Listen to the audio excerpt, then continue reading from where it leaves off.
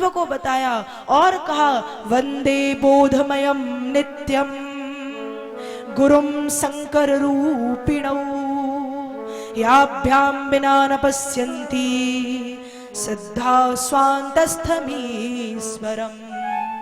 मैं से गुरुदेव भगवान के चरणों की वंदना करता हूँ जो नित्य नवीन ज्ञान प्रदान करते हैं, और गुरुम शंकर रूपिणौ जो साक्षात शंकर का स्वरूप है, जो भोले बाबा का स्वरूप है।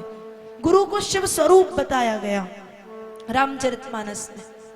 गुरु की महिमा अपार है, गुरु की महिमा अनंत है, गुरु की महिमा अद्वितीय है। इसलिए बाबा तुलसी जब रामचरितमानस का लेखन करते हैं तो बालकांड की पहली चौपाई जब बाबा जी ने लिखी तो पहली चौपाई में राम की, कृष्ण की, ब्रह्मा की, विष्णु की, महेश की वंदना नहीं की। बाबा तुलसी ने रामचरितमानस के बालकांड की पहली चौपाई लिखी, वंदऊ गुरु पद पद्म परागा सुरुचि सुबास सरस अनुरागा सुरुचि सुबास सरस अनुरागा। बाबा जी ने गुरु के चरण कमलों की वंदना की। रामचरितमानस की एक चौपाई में बाबा तुलसी ने गुरु के चरणों की धूल को काजल कहा। पर काजल क्यों कहा? इसलिए कहा क्योंकि काजल लगाने से क्या होता है, नेत्र सुंदर दिखते हैं। काजल लगाने से हमारे देहातों में, गांव में कहा जाता है कि काजल लगाने से आंखों के विकार दूर हो जाते हैं। गुरु के चरणों की धूल को नेत्रों से लगा लेने से नेत्र तो सुंदर दिखते ही हैं, सारा शरीर सुंदर दिखता है, सारा जीवन सुंदर हो जाता है। और काजल लगाने से नेत्रों के विकार दूर होते हैं। गुरु के चरणों की धूल को नेत्रों में लगा लेने से नेत्रों में रहने वाले षड विकार, काम, क्रोध, लोभ, मद, मोह, मात्सर्य आदि समाप्त हो जाते हैं। जब बच्चे छोटे छोटे होते हैं तो माताएं बच्चों को सर में काजल का टीका लगाती हैं। क्यों? आप लोग भी लगाते होंगे अपने बच्चों को काला टीका, कि बच्चों को किसी की नजर ना लगे, ढीठ ना लगे, कोई टोटका टोना ना करे। वैसे ही गुरु के चरणों की धूल को काजल की तरह सर पर धारण कर लेने से दुनिया के किसी भी व्यक्ति की नजर नहीं लगती, और कोई कुछ बिगाड़ना चाहता भी है तो बिगाड़ नहीं पाता। ये गुरु के चरणों की रज का महत्व है।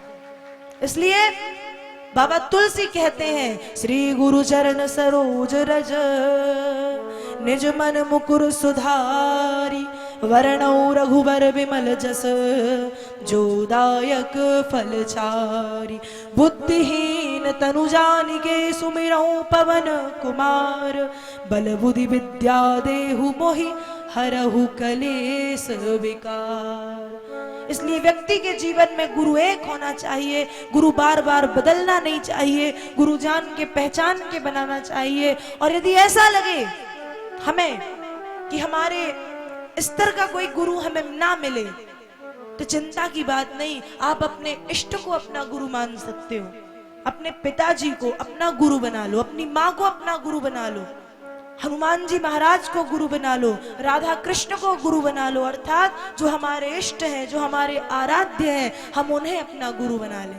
पर जीवन में गुरु का होना बहुत जरूरी है, क्योंकि गुरु बिनु भव निधि तरह न कोई जो बिरंचि शंकर सम होई। गुरु के बिना किसी का उद्धार नहीं होता, चाहे वह ब्रह्मा के समान क्यों ना हो, चाहे साक्षात शिव क्यों ना हो, और साक्षात नारायण क्यों ना हो। जीवन में गुरु का होना जरूरी है। तो भगवान दत्तात्रेय ने 24 गुरु बनाए, पर ये गुरु दीक्षा देने वाले नहीं थे, क्योंकि दीक्षा वाला गुरु तो एक ही होता है, आप सब जानते हैं। ये गुरु थे ज्ञान देने वाले। दत्तात्रेय भगवान ने इन 24 गुरुओं से ज्ञानार्जन किया। दत्तात्रेय भगवान ने इन 24 गुरुओं से कुछ सीखा। पहला गुरु बनाया उन्होंने पृथ्वी को, पर पृथ्वी से क्या शिक्षा ली? पृथ्वी से उन्होंने धैर्य, साहस और सहनशीलता को सीखा। पृथ्वी में धैर्य भी होता है, साहस भी होता है, और सहनशीलता भी बहुत ज्यादा होती है। हम पृथ्वी पर गंदगी करते हैं, मलमूत्र का त्याग करते हैं, थूक देते हैं, जीवों को काटते पीटते हैं, लड़ाई झगड़ा करते हैं, खून खराबा करते हैं, बुरे कर्म भी करते हैं। इस पृथ्वी पर हम न जाने क्या क्या करते हैं, पर पृथ्वी क्या करती है? पृथ्वी पलट करके डंडा उठा के हमें पीटती नहीं है। उसके बाद भी पृथ्वी मैया हमें अन्न धान्य देती हैं, हमें जल देती हैं, हमें फल फूल देती हैं, और भी बहुत से सुंदर सुंदर खाद्य पदार्थ देती हैं, बहुत सी धातुएं भी देती हैं। कोयला निकलता है, सोना निकलता है, चांदी निकलता है, हीरे निकलते हैं। कहां से? पृथ्वी के गर्भ से। पृथ्वी पर हम ना जाने कितना कुछ करते हैं, पर पृथ्वी मैया हमें मारती पीटती नहीं। वो इतनी सहनशील है, हमें मारती नहीं है, उल्टा हमारा ही भला करती। दत्तात्रेय भगवान ने भगवती पृथ्वी को गुरु बनाया और पृथ्वी से सहनशीलता की शिक्षा ग्रहण की। दत्तात्रेय भगवान ने गुरु बनाया अजगर को, सर्प को गुरु, अजगर सर्प को अलग बनाया, अजगर को भी बनाया। अजगर क्या करता है? आपने सुना होगा, अजगर करे ना चाकरी। अजगर कोई की नौकरी नहीं करता, उसके सामने तो जो आया उसने खाया और पड़ा है। वो ना आगे की चिंता करता है, ना पीछे की चिंता करता है, वो वर्तमान में जीता है। अजगर से सीखा कि व्यक्ति को अजगर की तरह वर्तमान में जीना चाहिए। आ गया तो ठीक और नहीं आया तो ठीक। अजगर यदि उसके सामने से कोई शिकार निकलता है तो वो खाता है, कर्म वो भी करता है। अजगर से उन्होंने ये नहीं सीखा कि हम आलसी बनकर के पड़े रहें। अजगर से उन्होंने ये सीखा कि व्यक्ति को तात्कालिक जीवन व्यतीत करना चाहिए, वर्तमान में जीना चाहिए। मिल गया तो अच्छी बात है, और नहीं मिला तो उसका भी कोई शोक ना हो, कोई दुख ना हो हमारे जीवन में। अजगर से उन्होंने ये सीखा। फिर भगवान दत्तात्रेय ने गुरु बनाया कबूतर को। अब बताओ कबूतर से क्या सीखा होगा? ये जो कबूतर नाम का पक्षी है, ये बहुत मोही पक्षी होता है, बड़ा कामी टाइप का पक्षी होता है। एक वृक्ष पर एक कबूतर और एक कबूतरी रहते थे। दोनों का प्रेम हुआ और दोनों को बच्चे भी हुए। बड़े खुशहाल जीवन जीता था कबूतर अपनी कबूतरी के साथ, अपने बच्चों के साथ। एक दिन कबूतर कहीं गया होगा जंगल में, एक शिकारी आया, कबूतरी को पकड़ लिया और उसके बच्चों को पकड़ लिया। जाल डाला तो भी जाल में फंस गए। कबूतर लौट के आया, पेड़ पे बैठा बैठा देख रहा है, मेरी जो कबूतरी है वो जाल में है, मेरे बच्चे जाल में है। तो वो रोता है कि मैं अब जी करके क्या करूंगा, जिसे मैं इतना ज्यादा प्रेम करता था, वो मेरी कबूतरी जाल में फंस गई, मेरे बच्चे जाल में फंस गए, इनके बिना मेरे जीवन का कोई मोल नहीं। और रोते रोते वो कबूतर भी जाकर के उस जाल में फंस जाता है। ऐसे ही ये मानव का जीवन है। हम यदि इतने ज्यादा मोह करेंगे, इतने ज्यादा वासनाओं में पड़ेंगे, तो कोई ना कोई शिकारी मतलब हमारे जीवन के शिकारी कौन है? हमारी इंद्रियां और हमारे जो षड विकार हैं वे हावी होने लगेंगे हमारे ऊपर। तो कबूतर से उन्होंने ये सीखा कि व्यक्ति को इतना ज्यादा मोही नहीं होना चाहिए कि मोह के कारण व्यक्ति को अपने जीवन से तक हाथ धोना पड़े। कबूतर से उन्होंने ये सीखा। उन्होंने मछली को अपना गुरु बनाया। मछली से क्या सीखा? व्यक्ति को अपनी जीभ पर जीभ मतलब स्वाद इंद्रिय, उस पर बड़ा संयम और कंट्रोल रखना चाहिए। ये जीभ अच्छे अच्छों को पता नहीं बुरा भी बना देती है और क्या करा देती है। मछली पानी में रहती है, लोग कांटे में कोई छोटा सा कीड़ा फंसा के पानी में डालते हैं, कोई दाना डालता है, मछली उस कीड़े के चक्कर में आकर के कांटे में फंस जाती है। अपनी जीव के कारण एक मछली किसी मछुआरे के कांटे में फंस जाती है। मछुआरा उस मछली को पकड़ करके ले जाता है और आखिरी में उसे काट देता है, मार देता है। तो व्यक्ति को भी दत्तात्रेय भगवान ने मछली से ये सीखा कि व्यक्ति को जो मिल जाए खाने के लिए उसी से संतुष्ट रहना चाहिए। ज्यादा 100 प्रकार की डिमांड, 100 प्रकार की इच्छाएं नहीं बतानी चाहिए। जो मिला तो ठीक, नहीं मिला तो ठीक। आप लोगों ने देखा होगा जो बड़े बड़े साधु संत होते हैं वो कैसे खाना खाते हैं। वो दाल चावल सब्जी रोटी जैसे हम खाते हैं अलग अलग नहीं खाते। उनका तो एक पात्र होता है, उसी में दाल, उसी में चावल, उसी में रोटी, उसी में दही, उसी में पापड़, उसी में अचार, उसी में चटनी, सब डाल दो। क्योंकि उनको स्वाद से मतलब नहीं होता, उनको मतलब होता है कि पेट भरना चाहिए, शरीर चले, वे इतना खाते हैं। वे जीने के लिए खाते हैं, खाने के लिए नहीं जीते। और स्वाद ले लेके नहीं खाते, क्योंकि उन्हें सिर्फ पेट भरना है। थोड़ा बहुत खाया, सब मिक्स करके खा लेते हैं, कोई स्वाद नहीं, कोई कुछ नहीं। क्यों? क्योंकि वो उस बात को समझते हैं कि जीव के कारण भी बहुत कुछ हो सकता है। खैर हम तो गृहस्थ हैं, हम ऐसा नहीं कर सकते, पर गृहस्थ होते हुए भी हमें अपनी जीव के चक्कर में ज्यादा नहीं पड़ना चाहिए। भगवान दत्तात्रेय ने मछली से ये सीखा। फिर भगवान दत्तात्रेय ने मधुमक्खी को अपना गुरु बनाया। मधुमक्खी को उससे क्या सीखा? मधुमक्खी क्या करती? मधुमक्खी के छत्ते आपने देखे होंगे। मैं परसों कल्प वृक्ष देखने गई थी, वहां 2 छत्ते लगे थे खूब बड़े बड़े मधुमक्खी के। आपने भी देखे होंगे, पेड़ों पे लगे रहते हैं, कभी कभी बिल्डिंग की साइड में दीवारों पर लग जाते हैं। मधुमक्खी शहद का संग्रह करती है, फूलों से रस निकाल निकाल के ला करके शहद बनाती है, शहद बनाती है, खूब बनाई, इतना बड़ा छत्ता। पर वो जोड़ती है और सोचती है कि समय आने पर खाऊंगी, पहले खूब जोड़ लूं। और जोड़ने के चक्कर में एक दिन दूसरे लोग आकर के उस छत्ते को तोड़ते हैं और शहद निकाल करके ले जाते हैं। भगवान दत्तात्रेय ने मधुमक्खी से सीखा कि व्यक्ति को संग्रह उतना करना चाहिए कि साधु इतना दीजिए जा मैं कुटुंब सभाए, मैं भी भूखा ना रहूं और साधु भी भूखा ना जाए। इतना दे भगवान हमें, साईं इतना दीजिए जा मैं कुटुंब समाए, मैं भी भूखा ना रहूं, साधु ना भूखा जाए। इतना हो कि बच्चों का पेट भर जाए, पति पत्नी माता पिता का, और कोई सज्जन, कोई साधु, कोई महात्मा आ जाए तो उनका भी पेट भर जाए। ज्यादा संग्रह से हानि ही होती है। दत्तात्रेय भगवान ने मधुमक्खी को गुरु बनाया और मधुमक्खी से उन्होंने ये सीखा। भगवान दत्तात्रेय ने अग्नि को गुरु बनाया। अग्नि क्या करती है? अग्नि में कुछ भी डालो, अग्नि को जलाना ही है।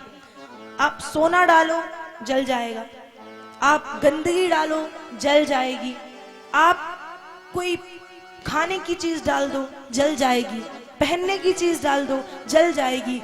अग्नि में कुछ भी डालो वो जल जाता है। तो भगवान दत्तात्रेय ने यह सीखा कि व्यक्ति के जीवन में भगवान नाम की अग्नि सदैव प्रज्वलित रहनी चाहिए, कि विकार या वासना या संसार के अन्य भौतिक तत्व आकर के यदि हावी हो तो वो उस अग्नि का स्पर्श पाते ही जलते जाएं। भगवान दत्तात्रेय ने अग्नि से यह सीखा। भगवान दत्तात्रेय ने एक वैश्या को गुरु बनाया। एक पिंगला नाम की वैश्या थी, रहती थी, एक नदी थी, एक किनारे पे एक महात्मा जी का आश्रम था, एक किनारे पे उसका वैश्यालय था। अब महात्मा जी दिन रात भगवान नाम चिंतन करते रहते थे, पर वैश्या चिंतन करती थी कि कोई पुरुष आ जाता और मुझे धन देता, मेरे शरीर का उपयोग कर जाता। उसका ध्यान दिन भर किसी बड़े आदमी की ओर लगा रहता। लेकिन एक दिन वही वैश्या देखती है कि ये महात्मा जी कितने भाग्यवान हैं जो दिन रात प्रभु का नाम लेते रहते हैं। ये महात्मा जी कितने भाग्यवान हैं, दिन भर प्रभु का नाम लेते हैं। वो वैश्या हमेशा सोचती अच्छा थी, पर जो महात्मा जी थे दिन भर जलते रहते थे कि कितनी गंदी औरत है, फिर भी लोग इसके यहाँ आते हैं, इतना पैसा दे जाते हैं, दिन भर गलत कामों में लगी रहती है। महात्मा जी बाहर से भगवान का नाम लेते थे, लेकिन मन में उसको कोसते रहते थे। लेकिन जब दोनों मरे तो उस वैश्या को मिला स्वर्ग और महात्मा जी चले गए नरक में। अब महात्मा जी ने पूछा कि ऐसा क्यों? तब बताया गया कि तुम बाहर से तो राम राम कहते थे, पर भीतर से कोसते थे उसे कि वो ऐसी वो वैसी, और वो बाहर से भले ही गलत काम करती थी, लेकिन भीतर उसके मन में निश्चलता थी और पवित्रता थी। वो यही सोचती थी कितने अच्छे महात्मा जी हैं, दिन रात हरि संकीर्तन में लगे रहते हैं, काश ऐसा जीवन मेरा होता। उसकी मजबूरी थी कि वो गलत काम करती थी, लेकिन मन में उसके यही भाव जागते रहते थे कि कितने अच्छे महात्मा जी हैं, कितने अच्छे महात्मा जी हैं, कितना अच्छा जीवन है। तो भगवान दत्तात्रेय ने वेश्या से ये सीखा कि जीवन यदि किसी गलत रास्ते पर चला भी जाए तो व्यक्ति को एक बार नहीं अनेक बार संभलने का मौका मिलता है। व्यक्ति चाहे तो अपने आप को संभाल करके भगवत धाम को प्राप्त कर सकता है। वेश्या को गुरु बनाया, उन्होंने एक बालक को गुरु बनाया। बालक से क्या सीखा? जिस प्रकार से एक छोटे से बालक में राग, द्वेष, छल, कपट, शत्रुता, जलन, ईर्ष्या आदि का कोई भाव नहीं होता, वो ये नहीं जानता कि क्या मेरा, क्या तुम्हारा, क्या हमारा, क्या उसका, वो तो बड़ा निश्चल सा होता है। किसी ने डांट दिया तो रोने लगा, लेकिन 2 पल के बाद उसी ने ही यदि थोड़ा सा लाड़ और प्यार कर दिया तो बच्चा उसकी गोद में जाके खेलने लगता, उसको चूमने लगता, उसके साथ रहने लगता। और हम यदि हमें कोई गलत बोल दे तो हम जीवन भर की दुश्मनी बना करके बैठ जाते हैं। भगवान दत्तात्रेय ने बालक से सीखा कि व्यक्ति के जीवन में निश्चलता, निष्कपटता, निस्वार्थता होनी चाहिए और एक बच्चे की तरह पवित्र मन वाला होना चाहिए, क्योंकि बच्चा सच्चा होता है। दत्तात्रेय भगवान ने बच्चे को गुरु बना करके ये सीखा। इस तरह से भागवत जी में भगवान दत्तात्रेय के 24 गुरुओं की कथा आती है। पृथ्वी को गुरु बनाया, चंद्रमा को गुरु बनाया। चंद्रमा से उन्होंने समानता का व्यवहार करना सीखा। चंद्रमा ये नहीं देखता कि ये मस्जिद है, ये मंदिर है, ये गाय है, ये सुअर है, ये अमीर है, ये गरीब है, ये सुंदर है, ये कुरूप है, ये धनवान है, ये निर्धन है। चंद्रमा की शीतलता, चंद्रमा की चांदनी सभी को मिलती है। मस्जिद के गुम्बद पे भी जाती है और मंदिर के शिखर पे भी जाती है, एक संत के यहाँ भी जाती है, एक वैश्यालय में भी जाती है, एक गौ माता को भी मिलती है, एक सुअर को भी मिलती है, और एक नाली में भी जाती है और एक पवित्र नदी में भी जाती है। चंद्रमा की शीतलता, चंद्रमा की चांदनी, वैसे ही व्यक्ति के जीवन में समानता का भाव होना चाहिए। चंद्रमा को गुरु बनाया, तो पृथ्वी को गुरु बनाया, चंद्रमा को गुरु बनाया, अजगर को गुरु बनाया, वैश्या को गुरु बनाया, बालक को गुरु बनाया, कबूतर को गुरु बनाया, मधुमक्खी को गुरु बनाया, मछली को गुरु माना। इन सब से शिक्षा ली। फिर जो भौरा होता है, भौरे को भी अपना गुरु बनाया। भौरे से क्या सीखा? ये भौरा कमल से बड़ा प्रेम करता है, कमल का फूल।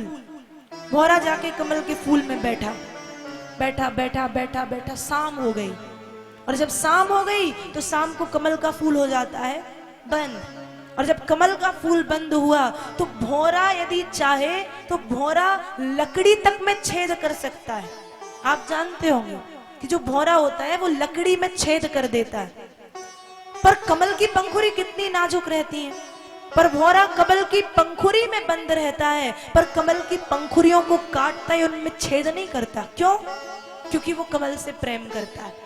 इतना प्रेम करता है कमल से कि वो कमल की पंखुड़ी में छेद नहीं करता, पर उसके मोह के कारण, उसके इसी प्रेम के कारण, उसकी इसी कमल के प्रति आसक्ति के कारण एक हाथी आता है पानी पीने के लिए, आता है आता है आता है और अपने पैरों से उस कमल के फूल को कुचल देता है। कमल भी गया और भौरा भी गया। मतलब व्यक्ति के जीवन में प्रेम हो पर आसक्ति ना हो। प्रेम का होना जरूरी है, प्रेम के बिना जीवन बेकार है, पर आसक्ति ना हो। आसक्ति होगी तो स्थिति भौरे के जैसी होगी। भौरा कमल में आसक्त रहता है, इतना आसक्त कि वो उसे काट करके बाहर नहीं निकलना चाहता, और एक हाथी आकर के उसे कुचल देता है। इस तरह से भगवान दत्तात्रेय ने भौरे से भी ये शिक्षा ली। उन्होंने बाण बनाने वाले से शिक्षा ली। उन्होंने जो सर्प होता है, अजगर और सर्प, सर्प से अलग उन्होंने शिक्षा ली। इस तरह से भगवान दत्तात्रेय के जीवन में 24 गुरु थे। गुरु एक ही होता है दीक्षा वाला, पर उन्होंने 24 गुरुओं से ज्ञान अर्जन किया, ज्ञान प्राप्त किया। इस तरह से 11वें स्कंद में भगवान दत्तात्रेय के 24 गुरुओं की कथा आती है।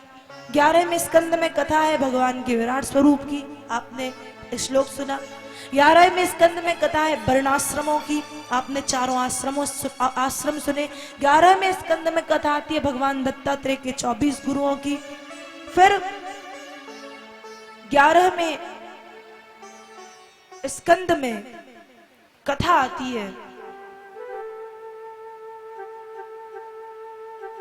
11वें स्कंद में कथा आती है वर्णाश्रम धर्म की और कर्म योग, भक्ति योग, संन्यास योग। और 11वें स्कंद में ही कथा आती है यदुवंश के विनाश की। यदुवंश का विनाश कैसे हुआ?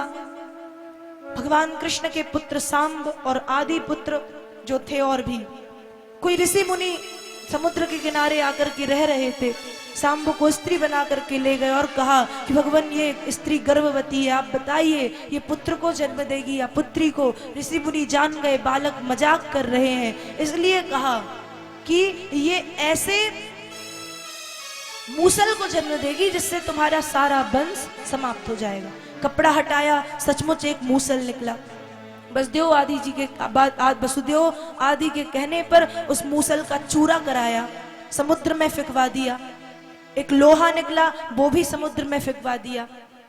कुछ समय के पश्चात वो मूसल जो चूरा करा दिया गया था, वो चूरा समुद्र के किनारे आकर के लगा। एरक नाम की बिना गांठ वाली घास उत्पन्न हुई। सारे यदुवंशी समुद्र के किनारे आकर के बसे हुए थे। वाद विवाद हुआ, एक दूसरे को वो एरक नाम की घास उखाड़ करके फेंक करके मारने लगे। वो घास बड़ी तेज होती, मारने लगे और आपस में लड़ झगड़ करके मर गए। सारे यदुवंशियों का विनाश हुआ। इसी चिंता में भगवान कृष्ण जंगल में एक पैर के ऊपर दूसरा पैर रख करके बैठे हुए थे।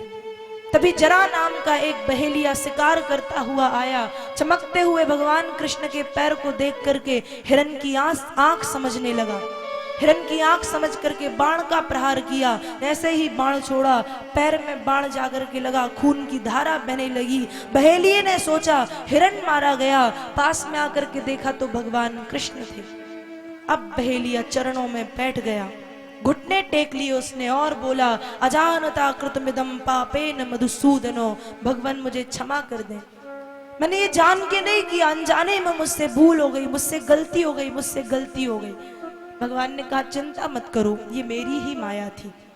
और भगवान कृष्ण ने अपने पैर से बाण को अलग किया और उस स्थान से भगवान कृष्ण का स्वधाम गमन होता है। इस तरह से भागवत जी के 11वें स्कंद में सारे यदुवंश के विनाश की भी कथा आती है और 11वें स्कंद में ही कथा आती है भगवान कृष्ण के स्वधाम गमन की। फिर 12वां स्कंद प्रारंभ होता है और 12वें स्कंद में कथा आती है कलयुग का धर्म, कलयुग के राजवंश, कलयुग की जीवन शैली, कलयुग के विचार आदि। इस तरह से सम्राट कर्मयोगी परीक्षित 7 दिनों तक श्रीमद् भागवत की कथा श्रवण करते हैं। और कथा सुनते सुनते कथा के 7वें दिन सुखदेव जी महाराज के चरणों के समीप में आकर के बैठे और बोले, भगवान जब कथा के प्रथम दिवस मैंने भक्ति ज्ञान वैराग्य की कथा सुनी थी, तब ऐसा लगने लगा कि अब एक तक्षक तो क्या सैकड़ों तक्षक आ जाएं और आकर के मुझे डस लें तो उन तक्षकों का मुझे कोई भय नहीं। क्योंकि अब मुझे ऐसा लग रहा है जैसे विद्यते हृदय ग्रंथि छद्यन्ते सर्व संशया क्षीयन्ते चास्य कर्माणि तस्मिन् दृष्ट्वे परावरे। मेरे हृदय की संपूर्ण ग्रंथियां खुल गई हैं, मेरी शंकाएं समाप्त हो गई हैं, मैंने अपने अशुभ कर्मों का भी पश्चाताप कर लिया है और अब मुझे अपने भ्रकुटी के अंदर में सिर्फ परमात्मा तत्व के सुंदर स्वरूप का दर्शन हो रहा है। परीक्षित ऐसा कह ही रहे थे। सुखदेव जी ने पूछा, प्रभु के किस स्वरूप को देख रहे हो? परीक्षित ने बताया, हे भगवान मैं प्रभु के उस स्वरूप का दर्शन कर रहा हूँ। अधरम मधुरम वदनम मधुरम नयनम मधुरम हसितम मधुरम। अधरम मधुरम वदनम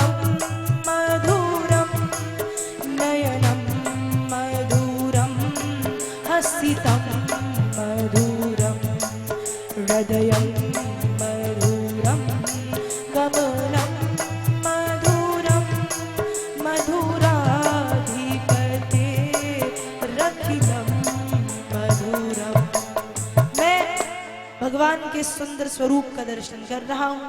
ऐसा कह ही रहे थे कि वह तक्षक जाति का भयंकर सर्प अपने विस्फूर्ण ओंठों के कोनों को चाटता हुआ, अपनी जीभ लपलपाता हुआ, फुसकारता हुआ चला आ रहा था। आया, यहाँ परीक्षित बैठे हुए थे, सामने कुछ फूल रखे हुए थे।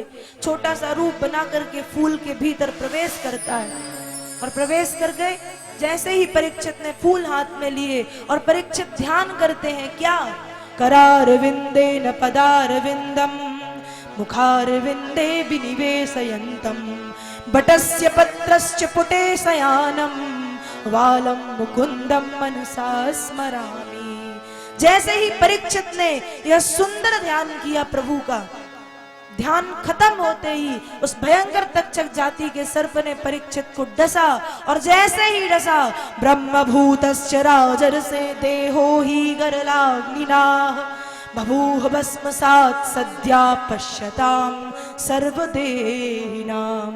उस सर्प की विस्फूर्ण अग्नि में जल के सम्राट कर्मयोगी परीक्षित भस्म हुए और कर्मयोगी परीक्षित को लेने के लिए भगवान के पार्षद विमान लेकर के आए और उस विमान में बैठ करके सम्राट कर्मयोगी परीक्षित भगवत धाम को गमन करते हैं। 7 दिनों तक जब सम्राट कर्मयोगी परीक्षित ने श्रीमद् भागवत की कथा सुनी तो उन्हें प्रभु की सन्निधि प्राप्त हुई। ये जो भागवत की कथा है, ये श्री चांदमल जी कटारिया जी के मुक्ति के लिए, उनके प्रसन्नता के लिए की जा रही थी। उनके तीनों बेटे श्री हरीश जी कटारिया, गोविंद जी कटारिया, श्री रमेश जी कटारिया ने बड़े प्रेम से श्रीमद् भागवत की कथा सुनी। आज मैं और आप सब हाथ जोड़ के मेरे साथ, मैं बोलूंगी आप बोलेंगे, उनको श्रद्धांजलि प्रदान करें। ये कथा उन्हीं के लिए चल रही थी। तो जो भैया लोग सामने रो रहे हैं उनसे निवेदन है वे रोए ना, क्योंकि जीवन तो मिलता है पर जाना सबको पड़ता है, इसलिए रोए ना। मुक्ति सभी की होती है और आपसे निवेदन है कि हाथ जोड़ के आप सभी लोग हाथ जोड़ लें जितने बैठे हैं, और मैं बोलूंगी उसके बाद आप सभी को इस श्लोक का मेरे साथ उच्चारण करना है। सभी को, सच्चिदानंद रूपायो, बोलिए सभी लोग, विश्वोत्पत्त्यादि हेतवे तापत्रय विनाशायो श्री कृष्णाय वयं नुमः, श्री कृष्णाय वयं नुमः। और हम सभी अपने श्रद्धा सुमन, अपनी श्रद्धांजलि श्री स्वर्गीय ठाकुर चांदमल जी ठेकेदार कटारिया जी के पावन कर कमलों में अपनी श्रद्धांजलि हम समर्पित करते हैं। भगवान उन्हें मुक्ति प्रदान करे। ऐसे बहुत कम भाग्यवान लोग होते हैं जिनके घर में ऐसी सद संतानें, 3 सुंदर पुत्र हैं जिनके, जो इतना प्रेम करते हैं अपने पिता से कि देखने के योग्य है। अच्छा प्रेम है उनका अपने पिता के प्रति। मुझे बड़ा अच्छा लगा कितना समर्पण है अपने पिता के प्रति। उनके जाने के बाद भी, उनके जाने के 1 साल बाद जो उनका प्रेम है, ऐसा लगता है कि उनके आसपास ही है। वो बड़े प्रेमी है। वे बड़े सुंदर रूप से श्रीमद् भागवत की कथा उन्होंने और उनके सारे परिवार के सदस्यों ने श्रवण की। तो जो दादाजी चांदमल जी का स्वर्गवास हो गया है, जो शांत हो चुके हैं, हम सभी ने उन्हें अपनी श्रद्धांजलि समर्पित की है। आप सभी भी भगवान से ये प्रार्थना करें कि भगवान उन्हें मुक्ति प्रदान करें, उन्हें शांति प्रदान करें। इसलिए एक बार उनकी मुक्ति के लिए दोनों हाथ ऊपर करके बोलिए वृंदावन बिहारी लाल की जय। तो आज कथा का अंतिम दिवस था। मारवाड़ की पावन वसुंधरा में आकर के मुझे बड़ी प्रसन्नता हुई। कटारिया परिवार, श्री हरीश जी कटारिया, गोविंद जी कटारिया, रमेश जी कटारिया और उनके पूरे परिवार, नाम तो मुझे सबके नहीं मालूम, पूरे परिवार के सदस्यों ने, बालकों ने, बालिकाओं ने, सभी लोगों ने चांदमल जी की जो धर्मपत्नी है माता श्री भवरी देवी जी और हरीश जी, गोविंद जी, रमेश जी, आनंद जी, ओम दत्त जी, जगदीश जी, मदन लाल जी आदि सभी ने श्रीमद् भागवत जी की कथा में बड़ा सहयोग प्रदान किया और बड़े सुंदर रूप से बड़े भक्ति भाव के साथ 7 दिनों तक श्रीमद् भागवत की कथा श्रवण की। आप सभी को मैं मंच से बहुत बहुत धन्यवाद देती हूँ और भगवान से ये प्रार्थना करती हूँ कि आप सभी, आपका सारा परिवार स्वस्थ रहे, आप खुश रहें, प्रभु की कृपा इसी तरह से आप सभी के जीवन में बरसती रहे। साथ साथ में धन्यवाद देती हूँ यहाँ पर दूर दूर गांव से आई हुई माताओं को, भाइयों को, उपस्थित हमारे संत समाज को, आप सभी को मैं प्रणाम करती हूँ कि इतनी गर्मी में आपने बड़े शांति, बड़े सेवा भाव के साथ श्रीमद् भागवत की कथा सुनी। आप सभी को मेरा बार बार कोटि कोटि प्रणाम, कोटि कोटि धन्यवाद। सभी को मेरा बहुत बहुत प्रणाम। और जो लोग, जिन लोगों ने पांडाल की व्यवस्था देखी, पानी की व्यवस्था देखी, साउंड की व्यवस्था देखी, हमारे आस्था भजन चैनल की टीम और साथ साथ यहाँ का जो चैनल है, कौन सा चैनल है? कमल चैनल, जो यहाँ का लोकल चैनल है, वहां का आस्था भजन को, आस्था भजन की टीम को और कमल चैनल की टीम को व्यासपीठ से मेरा कोटि कोटि धन्यवाद। यहाँ पर सहयोग देने वाले और मन से, वाणी से, कर्म से छोटे सहयोग देने वाले हर व्यक्ति को मंच से मेरा कोटि कोटि प्रणाम। भगवान से यही निवेदन करूंगी, आप खुश रहें, आप स्वस्थ रहें, ईश्वर की कृपा आप सभी के ऊपर और हमारे हरीश जी कटारिया के परिवार के ऊपर इसी तरह से बरसती रहे। अंतिम समय, कथा के अंतिम दिवस, मैं यही कहूंगी आप सभी से कि सितारों को आंखों में महफूज रखना। बहुत देर तक रात ही रात होगी, मुसाफिर हैं हम भी, मुसाफिर हो तुम भी, किसी मोड़ पर फिर मुलाकात होगी, किसी मोड़ पर फिर मुलाकात होगी, फिर किसी राम कथा और कृष्ण कथा के मंच के माध्यम से आपसे पुनः मैं मिलूंगी, मुलाकात करूंगी। अब कुछ सूचना है, उसके बाद पुनः भगवत कथा की आरती में, अंतिम समापन आरती में प्रवेश। जय श्री राधे। जी हाँ, जय नारायण। अभी आप और हम नारायण सेवा संस्थान ट्रस्ट उदयपुर और श्री राम स्नेही परिवार बिलाड़ा जोधपुर के संयुक्त तत्वाधान में आयोजित श्रीमद् भागवत कथा का रसपान कर रहे थे। जी हाँ, इस बीच जिन्होंने सहयोग दिया उनका जिक्र कर लेते हैं। दानदाताओं का आभार प्रकट करते हुए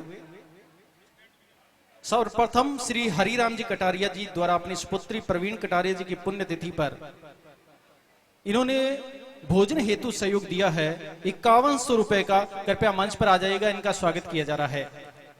पूसाराम जी परिहार, मेघवाल परिषद जोधपुर अध्यक्ष, लाखाराम जी कटारिया, फ्लोदी सामाजिक कार्यकर्ता, राजू भाई टेंट डोम पंडाल के ठेकेदार, ये भी मंच पर आ जाए, इनका सम्मान किया जा रहा है।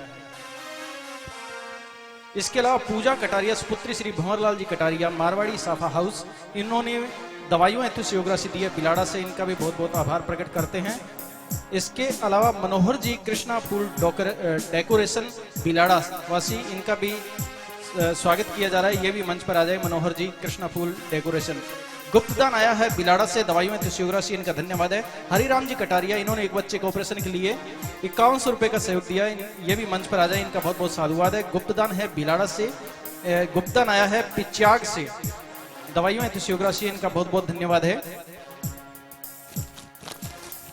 इसके अलावा माणक जी सोलंकी जी की भार्या धर्म पत्नी श्रीमती कमला सोलंकी जी, माणक जी सोलंकी जो नारायण सेवा संस्थान से काफी समय से जुड़े हुए हैं, सेवक है, नारायण सेवा संस्थान के साधक है, बहुत सेवाएं दी है। इनकी धर्म पत्नी श्रीमती कमला सोलंकी जी यहाँ पर उपस्थित है। वो स्वर्गीय चांदमल जी जो ठेकेदार है कटारिया जी की धर्म पत्नी जी को चुनरी उड़ाकर स्वागत करना चाहती है। ये गांव मुंडारा से है, मुंडारा सोजत जिला पाली से है। कृपया मंच पर आ जाइएगा। श्रीमती कमला सोलंकी जी, वाइफ ऑफ माणक सोलंकी, ये चांदमल जी जो कटारिया जी है उनकी धर्म पत्नी जी को चुनरी उड़ाकर ये स्वागत करना चाहती है।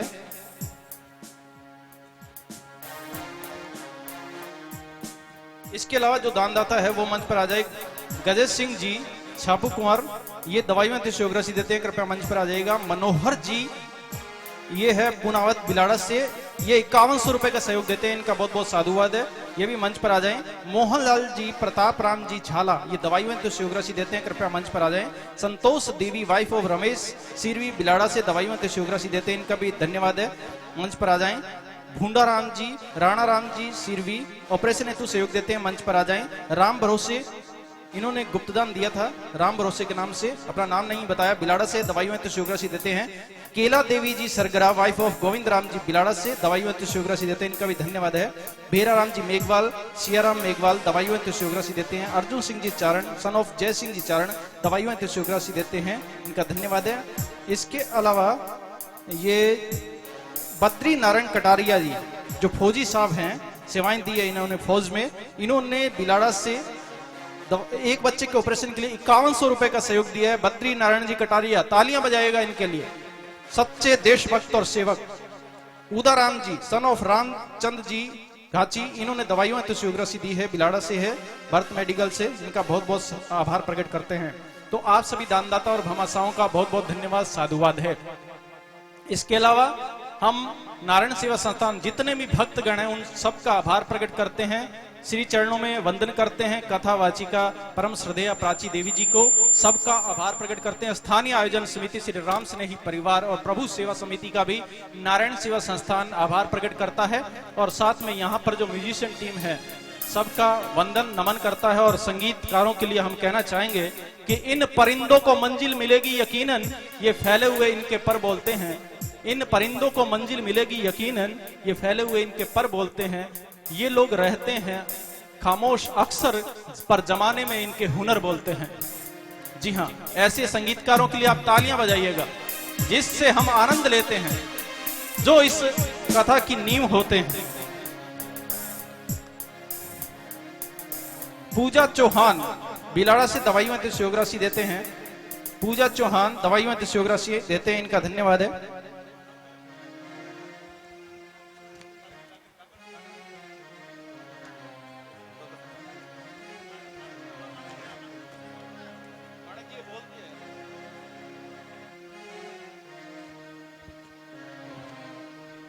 संतों का और संत साध्वियों का यहाँ पर सम्मान किया जा रहा है, कृपया मंच पर आ जाए सम्मान करने के लिए। इंदिरा रचना, ये संत द्वैतानंद जी महाराज भीलवाड़ा से, गणेश जी, जगन्नाथ जी, राम प्रसाद जी, आदुराम जी, राम स्नेही, कमल दधीची जी, रूपाराम जी, कृष्णा दास जी, ताजाराम जी, भगवान गिरी जी, महेंद्र राम प्रसाद जी, शिवराम जी, हरीशानंद जी, निगमानंद जी, मुरलीदास जी, कनी लाल जी। इसके अलावा भोला राम जी, मोहन राम जी, मदन नाथ जी, तो इन सबका संतों का सम्मान किया जा रहा है। और आरती के बाद कलश यात्रा शुरू होगी, 4 भुजा मंदिर तक पहुंचेगी, तो आप जरूर उसमें भी अपनी आस्था और श्रद्धा दिखाइएगा, शामिल होइएगा इस कथा आरती के बाद। जी हाँ, तो आप सभी का पुनः आभार प्रकट करते हैं। बाबूलाल नैनीवाल, इनका भी सम्मान किया जा रहा है। जी हाँ, तो हम बात कर रहे थे कलाकारों का, सहयोगियों का, सबका आभार प्रकट करता है नारायण सेवा संस्थान। एक बार पुनः हमें वो पंक्तियां याद आती है जब रफी के प्रोग्राम में, रफी साहब, मोहम्मद रफी के प्रोग्राम में जब भी नौशाद साहब उद्घोषणा करते थे, एंकरिंग करते थे, तब वो रफी साहब को इन पंक्तियों के साथ ही बुलाया करते थे कि अभी साजे दिल के तराने बहुत है, अभी जिंदगी के बहाने बहुत है। अभी साजे दिल के तराने बहुत है, अभी जिंदगी के बहाने बहुत है। गमे दरे गैर पर भीख मांगू न फन की, जब अपने ही घर में इन जैसे खजाने बहुत है। जी हाँ, तो इन खजानों के लिए, ऐसे ऐसे खजाने मंच पर हैं जिनके लिए हमें बार बार आना पड़ता है, मंच के करीब कथाओं को सुनना पड़ता है। जब ऐसे कथावाचिका के सानिध्य में हम बैठते हैं तो हम भी कलाकार बन जाते हैं। जी हाँ, तो आशा करते हैं आप जरूर आनंद लेंगे, जरूर सहयोग देंगे। और पूरी भक्त जनता के लिए ये पंक्तियां हम बोलना चाहेंगे, बिलाड़ा वासियों के लिए। जरा ध्यान से सुनिएगा, जहां तक हमारी आवाज जारी है। अगर आपको ये पंक्तियां हमारी अच्छी लगती है, अगर आपको ये पंक्तियां अच्छी लगे तो सूचित करना। लास्ट पंक्ति तक हम विश्वास करते हैं जरूर अच्छी लगेगी।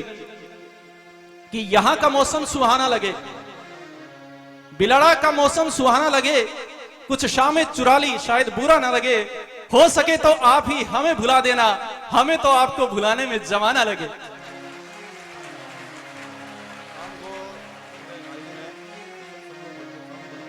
जी हाँ, शाम को ठीक 8 बजे बहुत ही सुंदर ढंग से, बहुत ही आनंददायक भजन संध्या का आयोजन रहेगा, उसमें भी आप इसी भक्ति के साथ, इसी आस्था के साथ अपनी उपस्थिति दीजिएगा, आशा करते हैं जरूर। और साथ में जो यहाँ से कलश यात्रा वापस निकलेगी अपने यथास्थान चार भुजा मंदिर तक पहुंचेगी, उसमें भी शामिल होइएगा। जी हाँ, आज की कथा की और सप्तदिवसीय कथा के अंतिम पड़ाव में विश्राम की ओर आरती में पहुंचते हैं। अगली सेवा में जी हाँ, जब भी मौका मिलेगा हम आपसे मुखातिब होंगे। हमें पूरा विश्वास रहेगा कि नारायण सेवा संस्थान को आप यूं ही साथ देते रहेंगे, संबल प्रदान करते रहेंगे। तब तक के लिए जय श्री राधे, जय नारायण। एक बार मैं फिर कहूंगी कि मैंने भागवत की कथाएं बहुत की, बहुत से पुत्र देखे, पर ऐसे पुत्र पहली बार देखे जो अपने पिताजी को इतना प्रेम करते हैं। तो एक बार पुनः तीनों भैयों को, हरीश जी, गोविंद जी और रमेश जी को और उनके पूरे परिवार को मेरा धन्यवाद। खुश रहें वे, उनके घर में हमेशा सुख समृद्धि भक्ति का वास रहे, वे स्वस्थ रहें। और आइए आरती में प्रवेश। श्री भागवत भगवान की है आरती, पापियों को पाप से है तारती। श्री भागवत भगवान की है आरती, पापियों को पाप से है तारती। ये अमर ग्रंथ, ये मुक्ति पंथ, ये पंचम वेद निराला, नव ज्योति जगाने वाला। ये अमर ग्रंथ, ये मुक्ति पंथ, ये पंचम वेद निराला, नव जो जगाने वाला। हरि नाम यही, हरि ध्यान यही, हरि नाम यही, हरि नाम यही। प्रभु महिमा की है आरती, जय हो। पापियों को पाप से है तारती। श्री भागवत भगवान की है आरती, पापियों को पाप से है तारती। ये शांति गीत पावन पुनीत, पापों को मिटाने वाला, हरि दर्श कराने वाला। शांति गीत पावन पुनीत, पापों को मिटाने वाला, हरि दर्श कराने वाला। श्री राम यही घनश्याम यही, श्री राम यही घनश्याम यही। श्री मधुसूदन की आरती, जय हो। पापियों को पाप से है तारती। श्री भागवत भगवान की है आरती, पापियों को पाप से है तारती। ये मधुर बोल जगबंध खोल, सतमार्ग बताने वाला, बिगड़ी को बनाने वाला। ये मधुर बोल जगपंथ खोल, सतमार्ग बताने वाला, बिगड़ी को बनाने वाला। ये सुख करनी, ये दुख हरनी, ये सुख करनी, ये दुख हरणी। जग के मंगल की आरती। जय हो। पापियों को पाप से है तारती। श्री भागवत भगवान की है आरती, पापियों को पाप से है तारती। कर्पूर गौरम करुणावतारम, संसार सारम भुजगेन्द्रहारम, सदा वसन्तं हृदयारविन्दे, भवं भवानी सहितं नमामि। मङ्गलमाला पुण्डारकाय, अपालमाला निःशेखराय, दिव्याम्बराय च दिगम्बराय, नमः शिवाय, नमः शिवाय। त्वमेव माता पिता त्वमेव, त्वमेव बन्धुः सखा त्वमेव, त्वमेव विद्या द्रविणं त्वमेव, त्वमेव शरणं मम देवदेव, त्वमेव सर्वं मम देवदेव। अच्युतं केशवं रामनारायणं, कृष्णदामोदरं वासुदेवं हरे, श्रीधरं माधवं गोपिकावल्लभं, जानकीनायकं रामचन्द्रं भजे। हरे राम, राम राम, हरे हरे, हरे कृष्ण कृष्ण कृष्ण हरे हरे, हरे राम, राम राम, हरे हरे, हरे कृष्ण कृष्ण कृष्ण हरे हरे,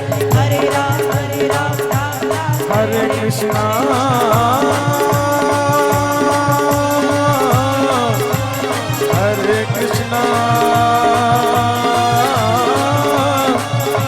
हरे हरे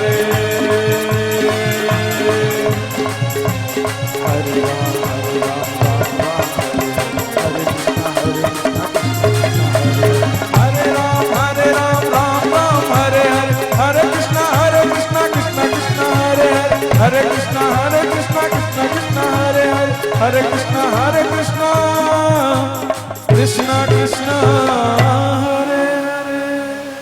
ओम यज्ञेन यज्ञमय जंत देवास्तानि धर्माणि प्रथमान्यासन्नो तेहनाकं महिमानः सचन्द्रत पूर्वे साध्याः सन्ति देवाः मंत्रपुष्पाञ्जलिं मंत्रप्रार्थना समर्पयामि नमस्करोमि।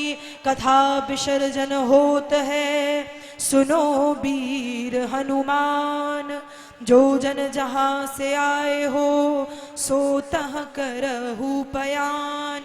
श्रोता सब आश्रम गए शंभु गए कैलास, रामायण मम हृदय में सदा करहु तुम वास। बोलिए हनुमान जी महाराज की जय बोलिए भागवत महापुराण की जय आई माता की जय, राधा कृष्ण भगवान की जय।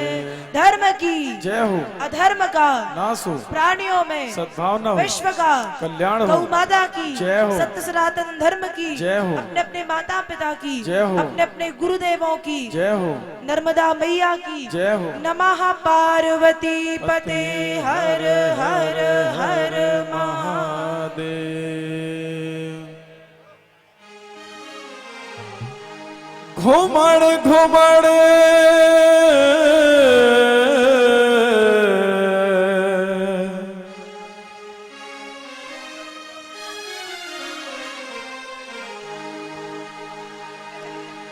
घुमड़ घुमड़ में घाबर से रे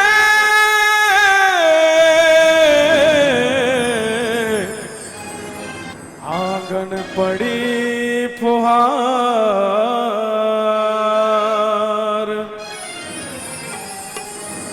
मन में उठे हिलोर सकी झूला डालो कदम की डाल। कन्हैया कन्हैया हिंडो घालोरी हरियल बाग में, कन्हैया हिंडो घालोरी हरियल बाग में, कन्हैया हिंडो घालोरी हरियल बाग में, कन्हैया हिंडो घालोरी हरियल बाग में, बाग में बाग में आई आई वे ओ आई आई रे सावड़िया तीज कन्हैया सारे बरसे रे हरियल बाग में, कन्हैया हिंडो घालोरी हरियल बाग में।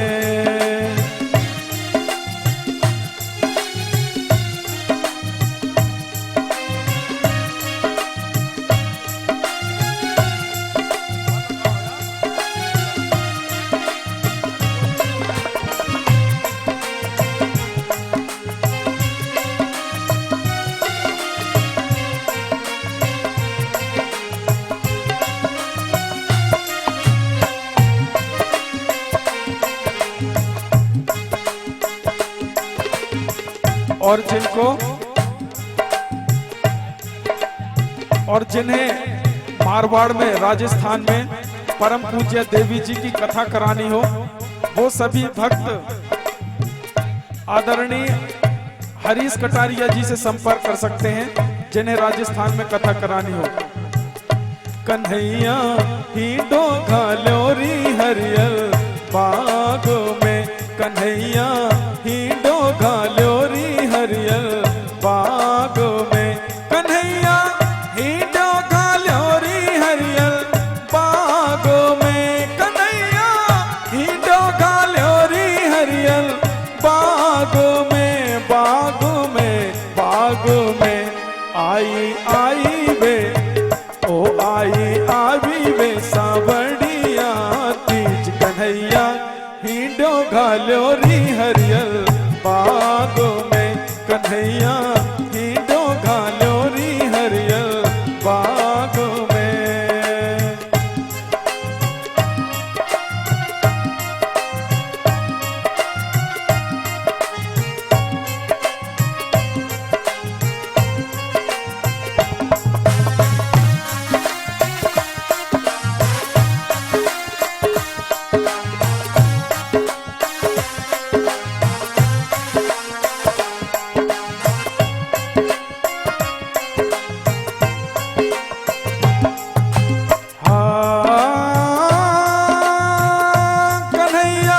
सावन सो रंगो प्यारो आइयो कन्हैया सावन सो रंगो प्यारो आइयो आइयो आइयो चमके चमके रे ओ चमके चमके रे आभा में प्यारी तीज कन्हैया हिंडो घालो री हरियल